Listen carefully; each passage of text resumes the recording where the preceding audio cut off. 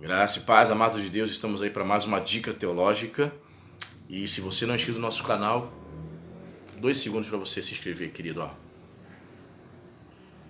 Pronto, maravilha. Está inscrito, ative os sininhos, né? Não deixe de dar o joinha e de comentar para a gente poder ir crescendo aí, ok?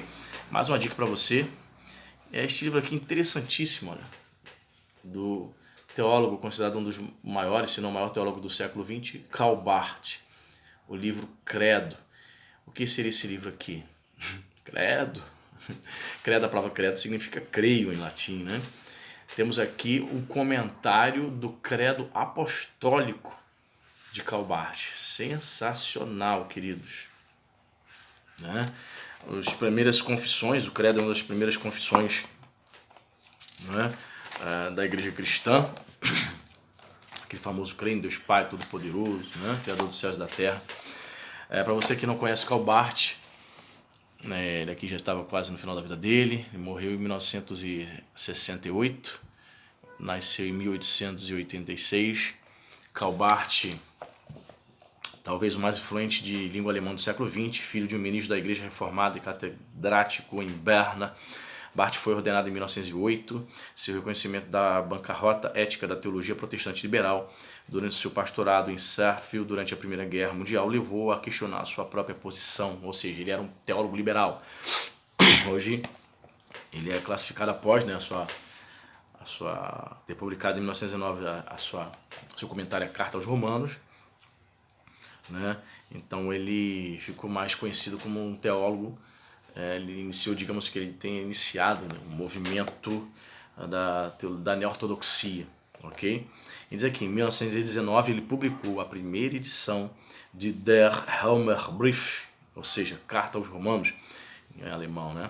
O livro conquistou-lhe uma cadeira de teologia reformada em Göttingen e é reconhecido como o início da neo-ortodoxia, ou teologia dialética, ou teologia da crise, ok? É mais conhecido aí pelos teólogos, estudantes como neo-ortodoxia. Então veja bem, queridos, é um livro aí de 190 páginas. Você lê aí em 3 dias, ok? Ele vai analisar como? Ele vai comentar cada trecho, olha o sumário aqui, ó. Cada trecho do credo. Tá vendo lá? Ele vai comentando. Ele vai comentar a primeira parte, credo, o creio. Creio em... Aí depois ele comenta a segunda parte do credo lá. Em Deus Pai. Olha lá. Todo-Poderoso. Credo. Creio em Deus. Depois ele comenta a terceira parte. Pai Todo-Poderoso. Quarto comentário. Criador dos céus e da terra. Olha que interessante. Muito interessantíssimo. Olha.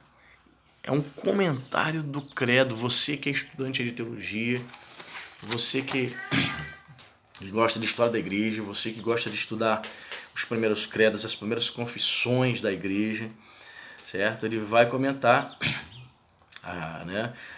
o capítulo 5, em Jesus Cristo, seu único Filho, esse trecho do credo.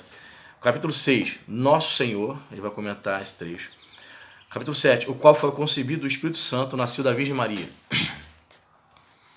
Capítulo 8, padeceu sob Pôncio Pilatos.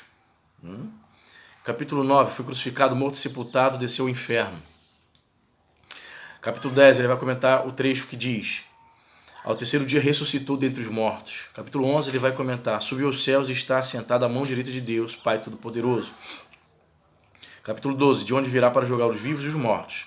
Capítulo 13, creio no Espírito Santo. Capítulo 14, na Santa Igreja Católica, na comunhão dos santos.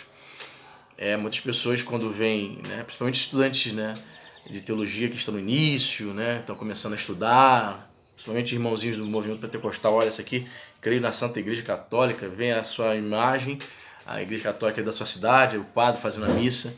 Só lembrando os irmãos que a palavra católica vem do grego, significa universal. Creio na Igreja universal, na igreja que apregoa, né, que propaga o evangelho a toda criatura, nesse contexto aqui, tá?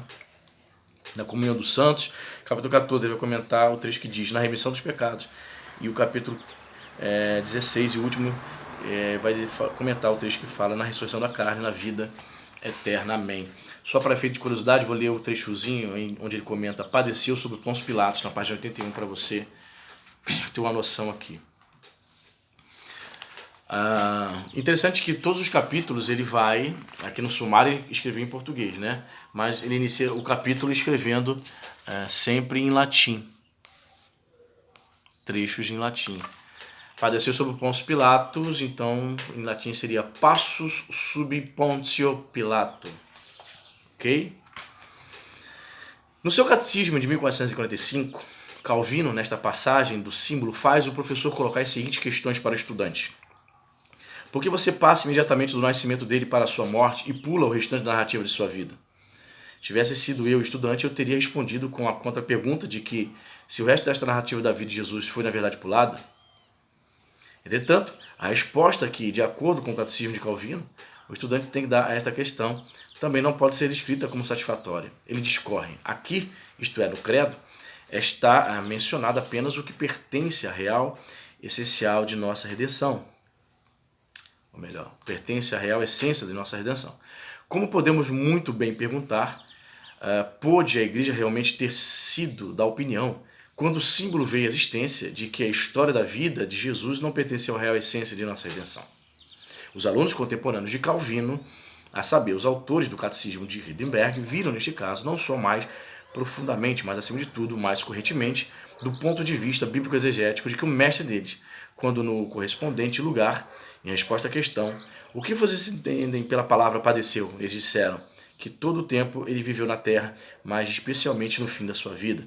Ele carregou em corpo e alma a ira de Deus contra o pecado de toda a raça humana, de modo que, aqui pelo seu martírio, como foi o único sacrifício de reconciliação, ele pudesse redimir nosso corpo e a alma da condenação eterna e obter para nós a graça de Deus, retidão e vida eterna.